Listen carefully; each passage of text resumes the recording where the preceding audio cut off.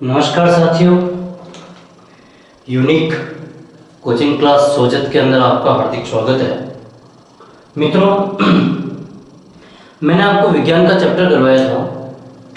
अध्याय एक मैंने करवाया था आपको कक्षा 10th का,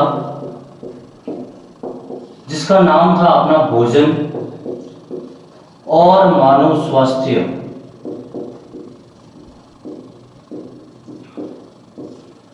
मानव स्वास्थ्य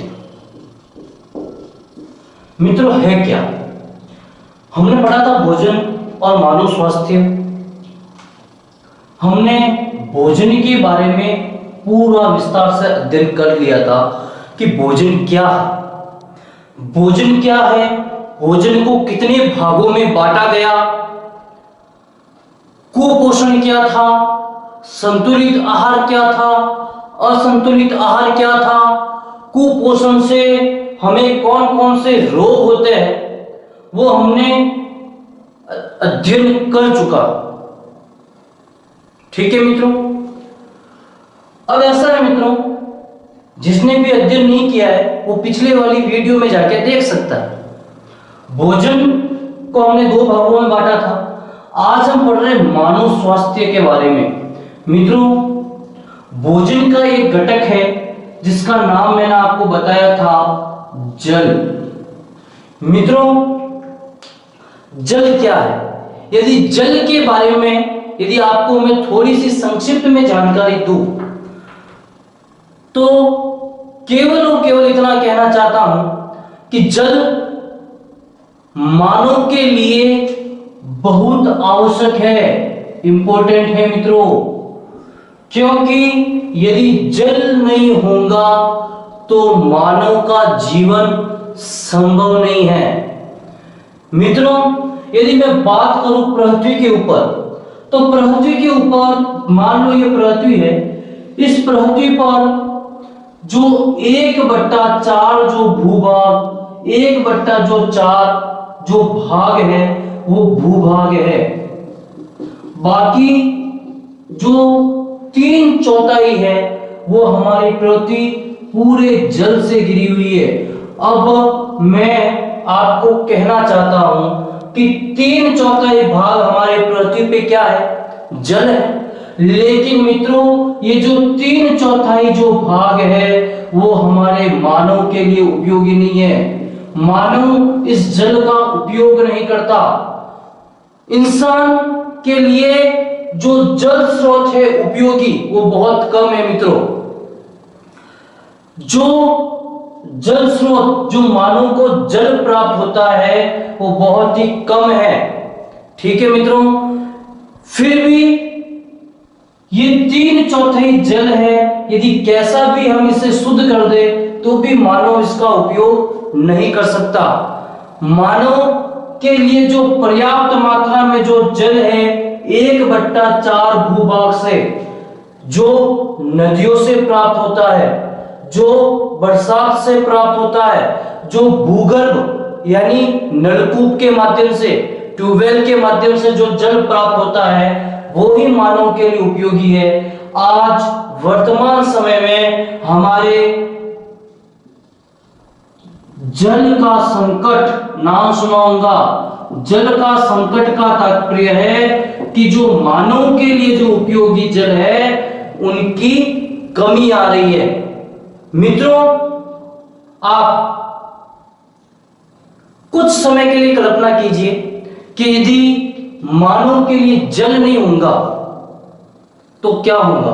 देखो मित्रों, जहां पे जल है वहां पे मानव क्या कर रहा है? जल का दुरुपयोग कर रहा है। क्या कर रहा है मित्रों? दुरुपयोग, और उस जल को प्रदूषित करने का काम कर रहा है। इस प्रकार से मानव द्विधारी तलवार का वार करके मानव अपने आप में संकट की ओर जा रहा है।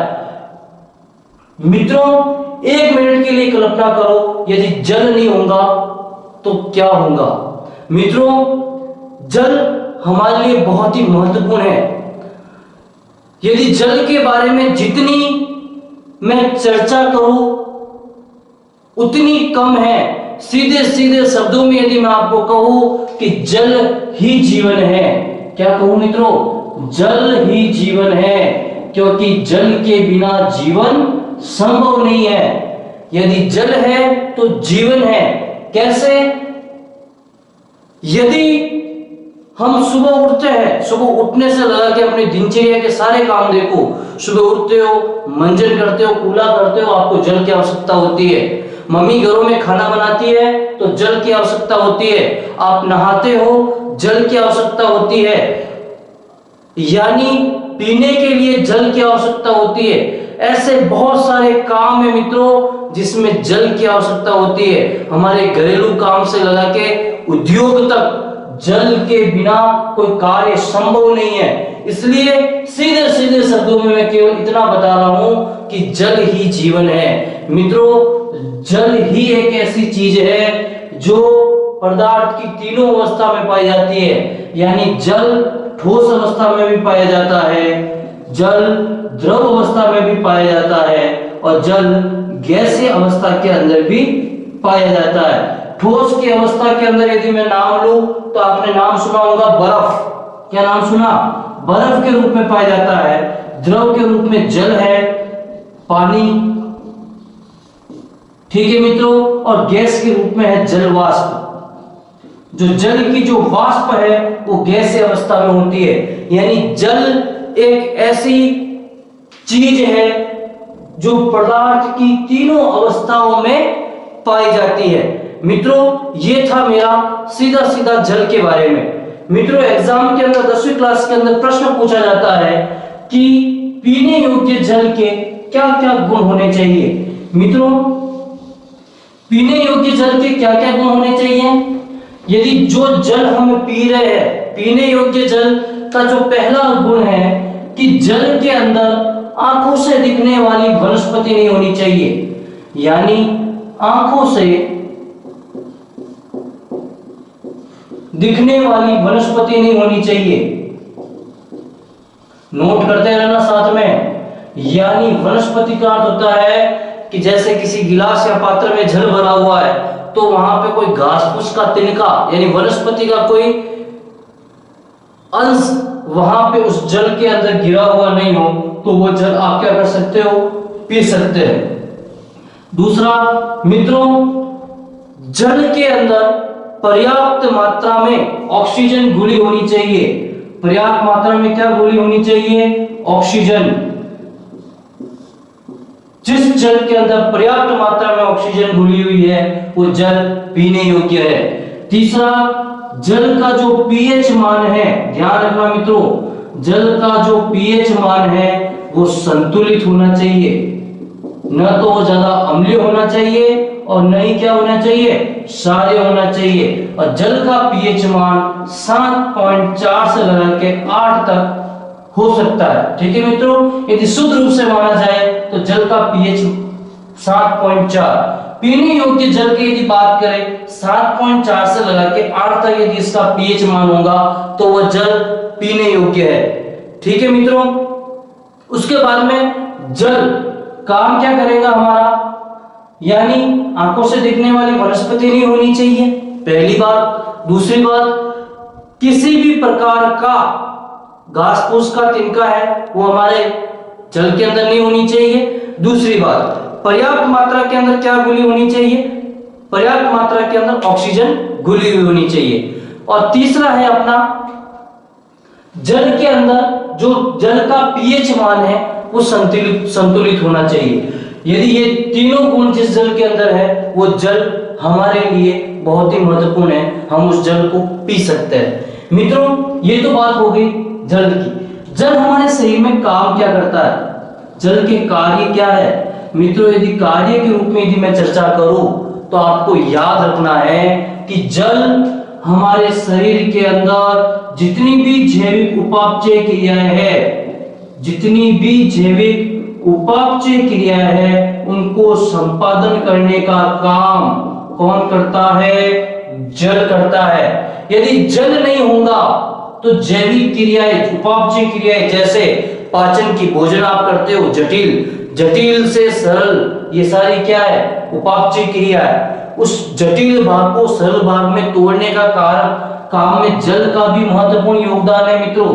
जितनी भी जैविक क्रियाएं हैं उनको संपादन करने का काम कौन करेगा, जल करेगा। इसलिए डॉक्टर हमें कहता है कि हमें प्रतिदिन 7 से 8 गिलास क्या है, पानी पीना चाहिए, हमें पानी पीना चाहिए। उसके बाद में मित्रों, जो व्यक्ति शारीरिक श्रम, जो मेहनत करते हैं, मजदूरी का काम करते हैं, जो शारीरिक श्रम अधिक करते हैं, उनको ज्यादा से ज्यादा पानी पीना चाहिए। मित्रों, कार्य क्या है दूसरा, जल हमारे शरीर में बने जहरीले पदार्थ को बाहर निकालने का काम करता है। जहरीला पदार्थ जैसे पसीने के रूप में, आपको जितना ज्यादा काम करोगे उतना ज्यादा पसीना आएगा, यानी आपके शरीर से जो अपशिष्ट पदार्थ है, जो जहरीले पदार्थ है, उनको बाहर निकालने का काम भी कौन करता है मित्रों, जल करता है। ये चीजें आपको ध्यान में होनी चाहिए। यानी जल आपके शरीर से अपशिष्ट पदार्थों को बाहर निकालने का काम, यानी जहरीले पदार्थों को बाहर निकालने का काम करता है। फिर आगे देखो मित्रों, जल का तीसरा काम रोग प्रतिरोधक क्षमता, रोग प्रतिरोधक क्षमता बढ़ाता है। यानी जल हमारे शरीर में रोगों से लड़ने की जो क्षमता है वो भगाता है। फिर आता है मित्रों चौथा, हमारे शरीर में ऊर्जा प्रदान करता है मित्रों जल। आपके कभी व्रत हो, खाना नहीं खाते हो, या आपके कभी भूख लगी होती है और मम्मी आपके घर में क्या है, खाना नहीं बनाती, आप थोड़ा सा पानी पी लो, पानी पियोगे आपके शरीर के अंदर थोड़ी सी ऊर्जा आ जाएगी कि अब तो भूख शांत हो गई। ऐसा क्यों होता है मित्रों, क्योंकि जल भी भोजन का एक घटक है, अवयव है। तो जल क्या करता है, आपके शरीर में ऊर्जा प्रदान करता है, यानी थकान का एहसास हमें नहीं होने देता। आगे बात समझ में मित्रों, यानी थकान का एहसास हमें बिल्कुल नहीं होने देता। जल के अंदर पर्याप्त मात्रा में फाइबर की पर्याप्त मात्रा होती है, जिससे हमारे शरीर में बीमारियों का खतरा नहीं होता। जल के अंदर क्या पाया जाता है, अधिक मात्रा में, पर्याप्त मात्रा में फाइबर पाया जाता है, जो हमारे शरीर में क्या बढ़ाता है, रोग प्रतिरोधक क्षमता बढ़ाता है। फिर आगे मित्रों मैं बात करूं जल के बारे में, तो जल हमारे शरीर में क्या करता है, चर्बी को घटाता है। क्या करता है, मानव की जो आवश्यक जो चर्बी, हम आगे पढ़ेंगे मोटापा के बारे में, क्या होती है चर्बी, इसके बारे में हम विस्तार से अध्ययन करेंगे। यानी जल हमारे शरीर में क्या, चर्बी को कभी भी बढ़ाता नहीं है। भरपूर मात्रा में जल पीने से हमारे शरीर में बहुत सारे रोग, जैसे फेफड़ों का संक्रमण है, अस्थमा जैसी बीमारी है, अस्थमा जैसे सांस फूलना, कुछ थोड़े से समय में सांस फूलने लग जाती है, हल्का थोड़ा सा काम करोगे सांस फूलने लग जाएंगी, ये अस्थमा के लक्षण है मित्रों। नियमित भरपूर पानी पीने से हमारे शरीर में खतरनाक से खतरनाक बीमारी, पथरी जैसे बीमारी को भी क्या करता है, नष्ट करने का काम करता है। ठीक है मित्रों, यानी यदि हमारे शरीर में पथरी होने का भी जो खतरा है वो जल के माध्यम से टाला जा सकता है।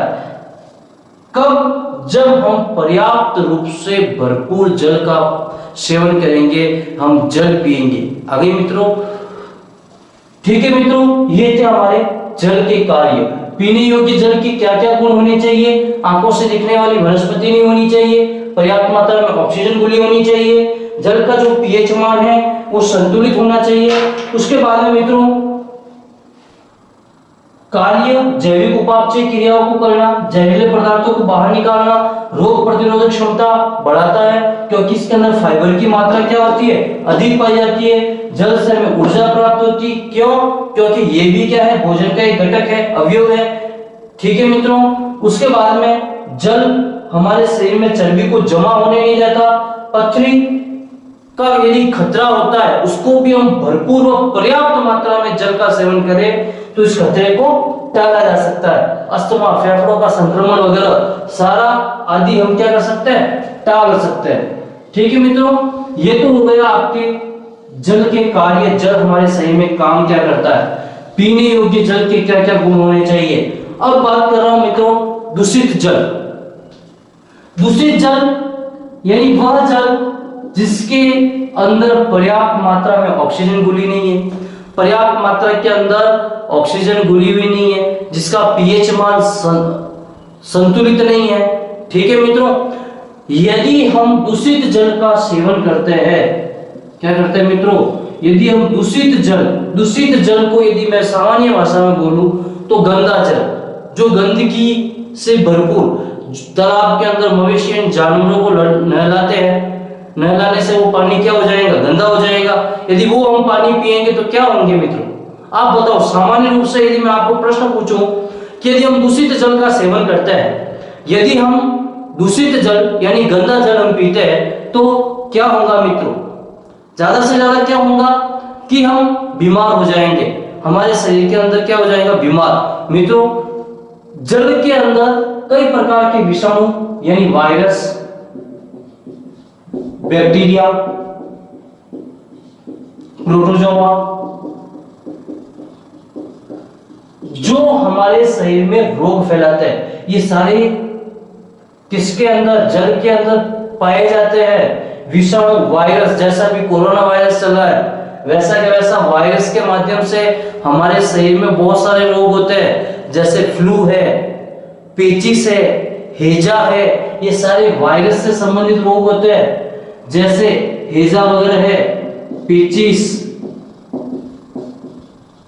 ठीक है मित्रों, ये सारे विषाणु की वजह से रोग होते हैं। उसी प्रकार से प्रोटोजोआ की मदद, वायरल के संक्रमण के साथ साथ प्रोटोजोआ जैसे हेपेटाइटिस, फ्लू रोग है, कॉलेरा है, टाइफाइड है, ठीक है मित्रों, जैसे कॉलेरा है, टाइफाइड है, फ्लू है, ठीक है, ये सारे रोग हमारे शरीर के अंदर बैक्टीरिया, विषाणु, प्रोटोजोआ जैसे प्लाज्मोडियम, मलेरिया रोग हमें होता है,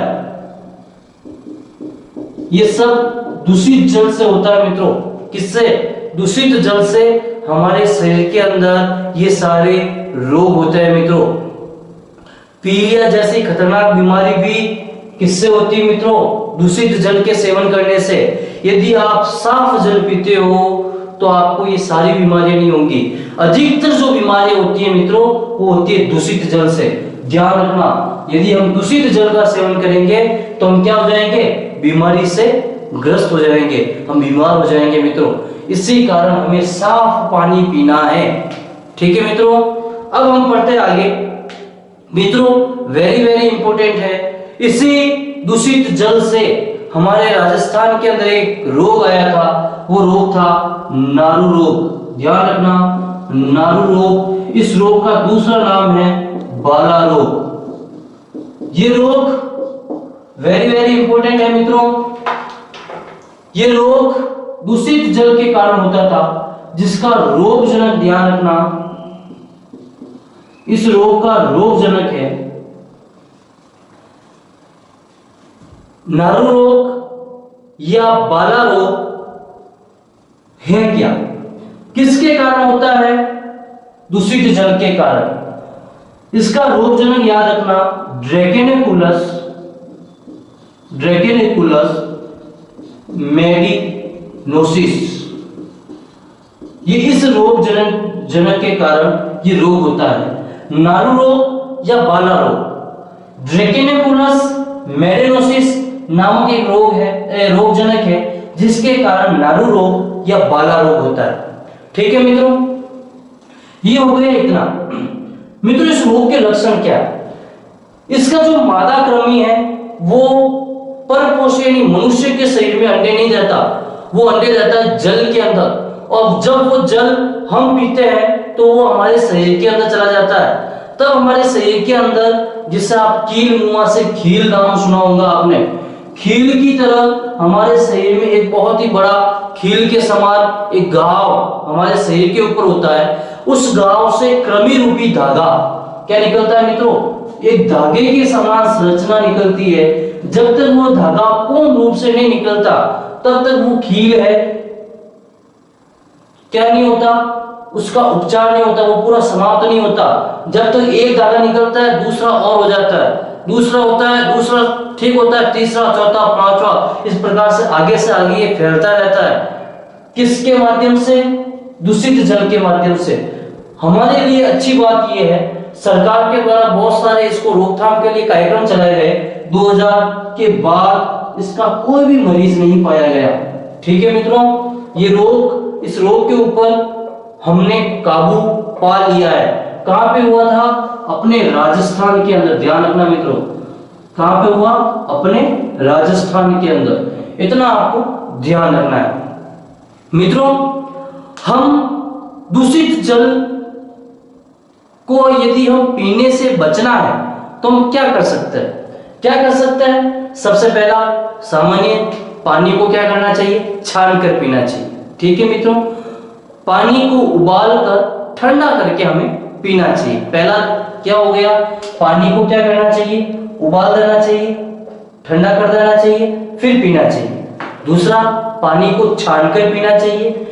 हमारे आसपास जो भी सरोवर है, तालाब है, उसके अंदर मवेशियों को यानी जानवर को नहीं नहलाना चाहिए। चाहे वो नदी हो, चाहे तालाब हो, चाहे किसी प्रकार की नहर हो, तो उसके अंदर हमें न तो जानवरों को नहलाना है और न ही हमें वहां पे जाके अपने कपड़ों को धोना है। ठीक है मित्रों, ये हमें सावधानी रखेंगे तो स्वच्छ जल ही हमारे को क्या बनाएगा?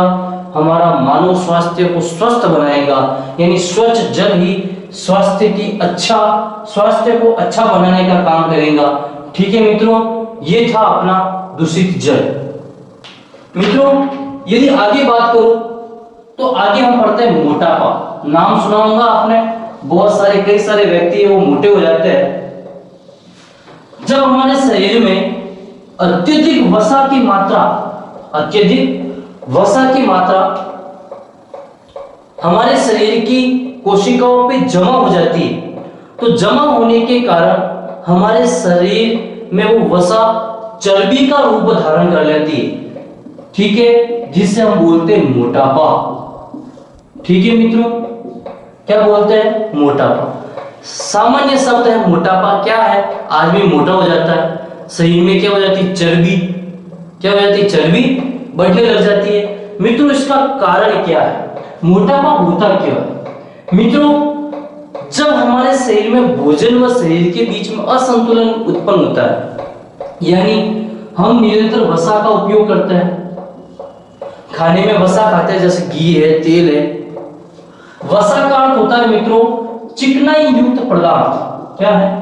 वसा यानी चिकनाई युक्त पदार्थ, जिसके अंदर भी चिकनास है, वो सारा क्या है? वसा। ठीक है मित्रों, चिकनाई युक्त पदार्थ वसा कहलाता है। ठीक है मित्रों, यदि हम वसा का सेवन करते हैं तो ये वसा हमारे शरीर की कोशिकाओं के ऊपर क्या हो जाती है? जमा होने लगती है। जब जमा होने लगती है तब हमारे शरीर में क्या बढ़ता है?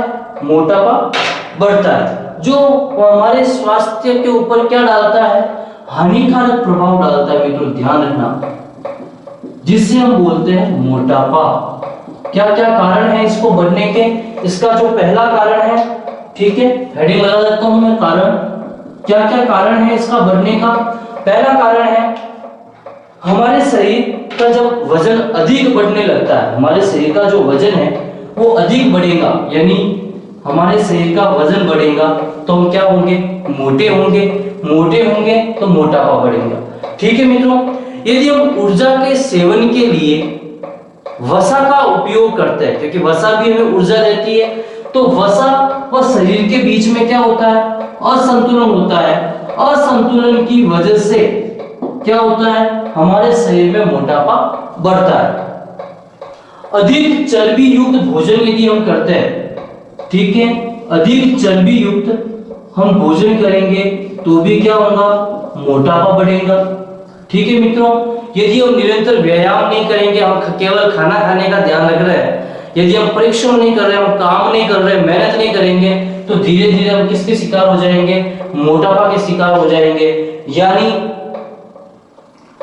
शरीर जब क्रियाशील नहीं होगा, निरंतर व्यायाम नहीं करोगे, तो हम क्या हो जाएंगे मित्रों, मोटापा के शिकार हो जाएंगे। मित्रों पहले खूब खा लेते हैं, सोफे पे आराम से पड़े रहते हैं, जब हम मोटे हो जाते हैं तब सुबह 4 बजे उठकर दौड़ना। मित्रों यदि हम पहले से ही संतुलन बनाए रखते, जितना खाए उतना काम भी करोगे तो शरीर संतुलन में रहेगा, मोटापा के शिकार नहीं होंगे। ठीक है मित्रों, तो ये आपको थोड़ा सा ध्यान रखना है। ठीक है, तो आपको केवल खाने का ध्यान नहीं रखना है, साथ में आपको निरंतर व्यायाम भी करना है, काम भी करना है, खूब मेहनत करनी है, उस भोजन को पचाना है आपको, जिसके कारण आप किसके शिकार नहीं हो, मोटापा के शिकार नहीं हो। मोटापा के कारण हमारे शरीर में बहुत सारे रोग होते हैं। देखो आपने सुना होगा, जो लोग मोटे हो जाते हैं, क्या हो जाता है, जो लोग मोटे हो जाते हैं उनको हार्ट अटैक, हृदय की धड़कन कम होना, हार्ट अटैक आने की समस्या होती है मित्रों। हृदय की धड़कन क्या हो जाती है, कम हो जाती है। वो डायबिटीज, मधुमेह के रोगी हो जाते हैं। श्वसन की क्रिया में समस्या, श्वास नहीं लेते, थोड़ा सा चलते हैं मित्रों, मोटे आदमी को आप देखना, थोड़ा सा चलेंगे सांस फूलने लग जाएंगे। क्यों? क्योंकि श्वसन की क्रिया की जो समस्या है, ठीक है, वो भी किसके कारण आएंगी, मोटापा के कारण। यहां तक कैंसर की समस्या भी आ जाती है मित्रों। ठीक हो, कैंसर जैसी बीमारियां भी मोटापा के कारण हो जाती है। हृदय की धड़कन कम या तेज हार्ट अटैक। क्यों? क्योंकि जो लोग जितने ज्यादा मोटे होते हैं उनकी रक्त वाहिनियों के अंदर कोलेस्ट्रॉल जमा हो जाता है।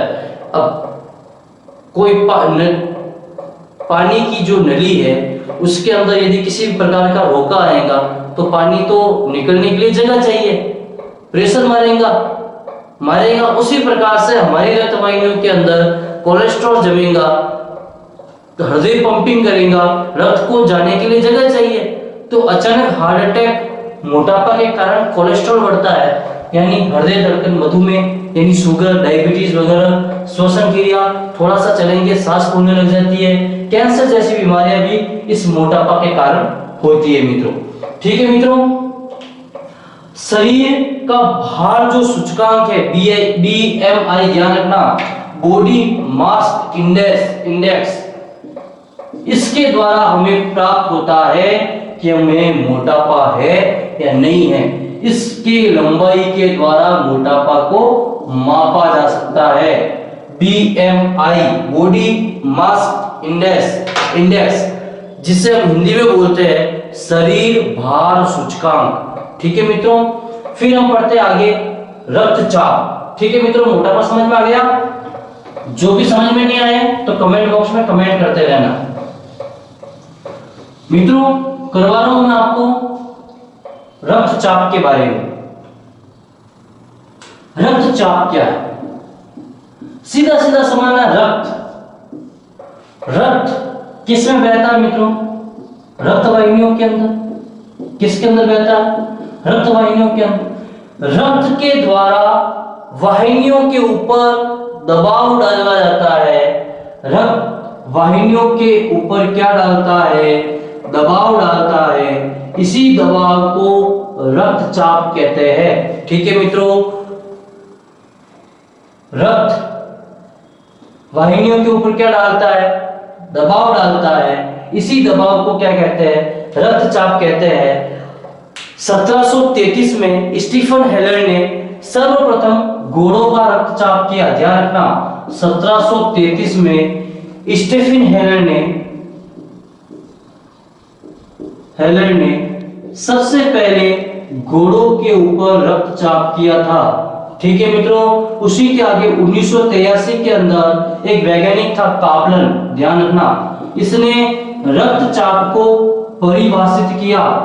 इस रक्तचाप को क्या किया मित्रों? परिभाषित करने का काम किया। यदि आपको पूछे रक्तचाप को